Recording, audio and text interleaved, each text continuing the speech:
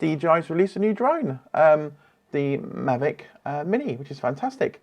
Fantastic little aircraft, something I've been looking for a while now, and I thought DJI would be sort of dropping the drone side, but it seems to be going militarized now, which is, I think this is awesome, because I think what they've done, because of I'll tell you a bit more about it in a sec. It was only when I looked at it, I missed the launch date, and then obviously my mate Richard mentioned about it. DJI's released a new drone. I looked at it, oh wow, yes, I missed that.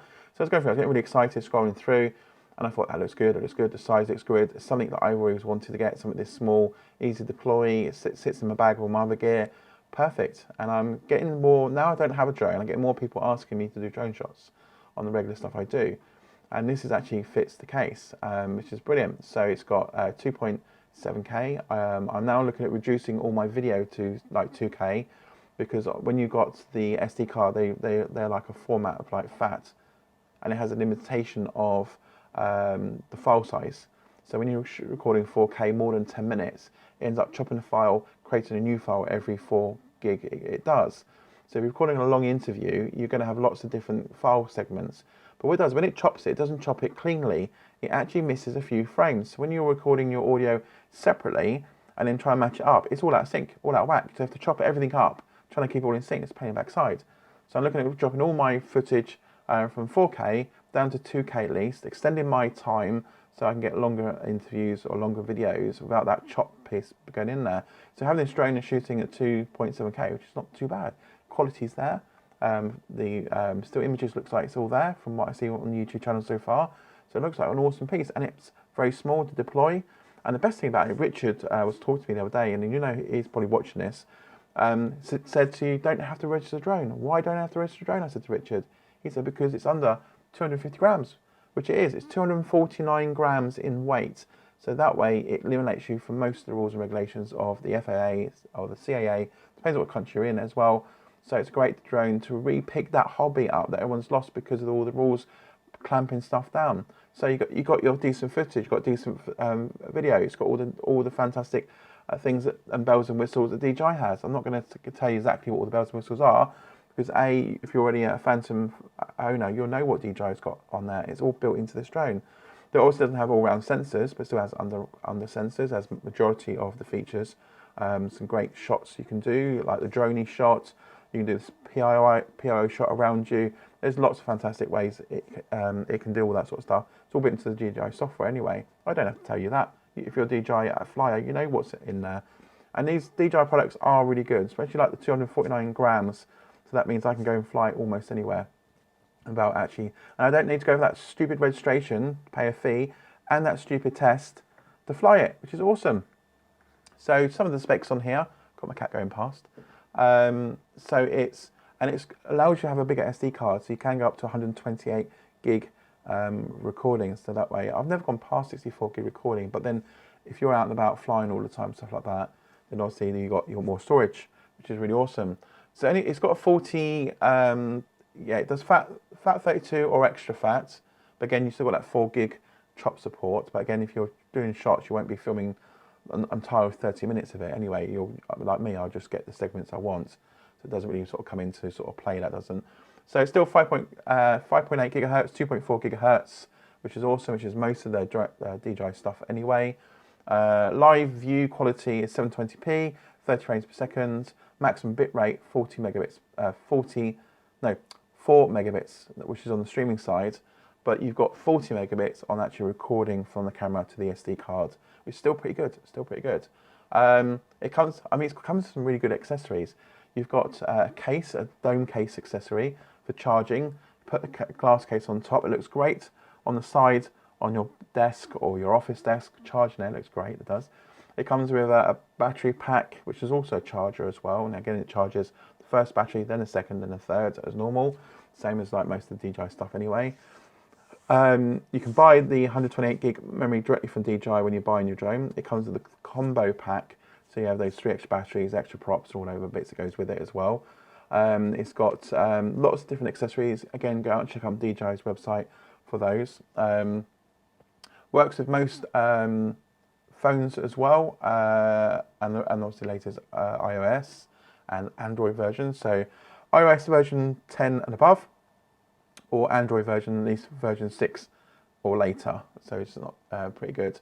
And obviously it's a UHI-1 speed class 3 or above is required, so also check that out. But it tends to sell the Lexmarks. They seem to be a very popular card in my pack. I've got with me actually all my cards on SD, whether it's my phone, my Osmo camera, my recording device. It's all using the Lexmarks that tends to be very good with all the Phantom models anyway. So I will stick to those. I've been updating my SD cards to 128 gig because I didn't realise my GoPro also supports 128 gig. So then at least I know my SD cards will work with everything, and if I buy this Mavic Mini, I know my SD cards will be supported because I've got quite a few in my little special little case. And I'm trying to find where my little case is because you'll like the little case. It's just down here. 2 secs. Should have prepared myself. But yeah, so this is the case I carry my SD cards around on, and it's shockproof, waterproof, nice little seal around there so you can submerge it in water, and you know your SD cards will be all safe. I've got the little special pin there for my camera. I was getting the SD card out of my phone, and I can store quite a lot of SD cards because I store the standard ones there. Then if you've got them into, and then you've got more, and you've got one of these little things, you can double up again on that side there, and same over this side. And you can carry mobile phone SIMs if you have more than one if you wanted to. But yeah, so definitely worth getting one of those. Check my other channel out for the review on that one. Yeah, so awesome. And when I looked at clicked on and went go buy, I thought it's going to be a big price, and I was shocked by the cost. So standard Mavic Mini on its own is 369 quid, and if you go for the Mavic Fly More combo, it's £459, which is fantastic. Add a 128 gig SD card to that, you're still looking at under 500 quid, which I think is absolutely bloody awesome. And in that, you obviously with the Fly Mode combo pack, you're getting carrying case, prop guards, spare props, remote controller, obviously the different leads you need to connect to it, 3 batteries with the battery charging, which you can put all 3 batteries in, which is great. Because normally going back quite a few years ago, DJI used to do one single charger for 1 battery, but then now they do a 3 charger with 3 batteries, which is awesome. And the battery's not too expensive, about £45. So if you want to fly all day and you want more batteries than 3, then it's only £45 compared to before with the Phantom 4s. They were really expensive on that side as well. And again, it fits in your hand. It's about the size of my hand. It's absolutely awesome. Definitely worth investing. It's something I'm looking to buy maybe in the new year coming up. See what deals go out on the internet itself. I'm not in a hurry to buy it right now because obviously we've got that really poor weather and I've got nobody asking me to do anything, and there's nothing I really need to shoot right now. So I'm going to hold out until next year when everything's in stock. They've got an estimated 25 working days after payment's been made for delivery. So by the time I think about it in the new year, there'll probably be almost next day delivery. So I'm going to hold out for a bit. I do like it. I have the money right now to get it, but I will hold off until New Year, because next year when it comes to all that nice summertime, then it's great to get out and flying and stuff like that. But I do get stuff to fly indoors, so this would be great for flying indoors with. Also, the form factor, perfect. Anyway, so hopefully you can switch the GPS off, because one place I like to fly is in the Farnborough Leisure Centre, but they're right bang next door to an airport. So it'd be great if I can turn that off and get some nice aerial shots of the pool and stuff, and the inflatable there, which they want me to do before. So we'll see anyway. So yeah, fantastic drone. Is it worth buying? Definitely. If you already got a Phantom 4, you want to deploy something really nice and quickly, and there's nice shots anywhere, definitely worth getting. It's definitely an investment I'm definitely going to be investing in New Year anyway. So once I get it in the New Year, I will do a full review on it and test. I'm going to do lots and lots of video and stuff going forward on that side. But it looks definitely one I'm having in my camera pack. So thanks for watching, guys. Like the video, thumbs up. Don't like the video, thumbs down. If you do like my videos, hit that subscribe button if you're not already a subscriber, and notification tab for next time the video goes up. And hopefully I'll have some more news on the next video coming up soon. So awesome DJI for another fantastic product. Keep it coming. And I like the weight size. I don't have to register my drone. I don't have to do that silly test. I don't have to pay for that license. I can still fly and still keep my hobby going. So let's revive the hobby by buying one of these. So see you next time, guys. Cheers.